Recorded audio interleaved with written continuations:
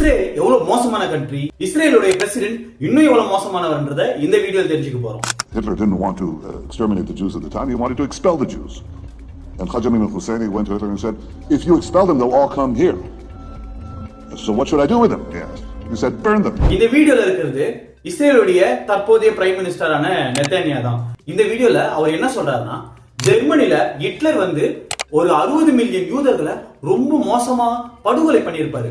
அந்த படுகொலைய ஹிட்லர் விருப்பப்பட்டே பண்ணல, இத பண்ண வச்சது இஸ்லாமியர்கள், ஒரு இஸ்லாமிய தலைவர் அப்படின்னு பயங்கரமான பொய்ய பேசியிருப்பாரு.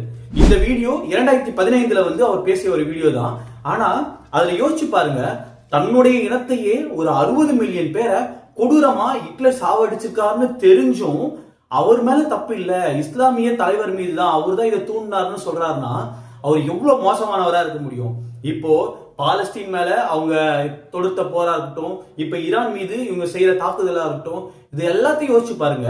இஸ்லாமியர்கள் மீது நெத்தன்யாக்கோ இஸ்ரேலுக்கோ இருக்கக்கூடிய பகைன்றது இன்னைக்கு நேத்து இல்ல, பல 100 வருஷங்களா இருக்கக்கூடியதுன்றத இதுலயே தெரிய வருது. அது மட்டும் இல்லாம இஸ்லாமிய வெறுப்புன்றது இவருடைய ரத்தத்தையே கலந்துருக்குன்னு இந்த வீடியோ பார்க்கும்போது எனக்கு புரிஞ்சுது. நீங்க என்ன நினைக்கிறீங்க மக்களே? இந்த போர் இப்படியே முடியுமா, இல்ல இந்த மாதிரி கொடூரமான மிருகங்களால இது ரொம்ப நீண்டுகிட்டே போகுமா? கமெண்ட்ஸ்ல உங்களோட தாட்ஸ் சொல்லிட்டு போங்க. இதே மாதிரியான இந்த வாரை பற்றி ஏதாவது தெரிஞ்சுக்கணும்னு நினைச்சீங்கன்னா வித் மனோஜ் பேஜை மறக்காம ஃபாலோ பண்ணிக்கோங்க.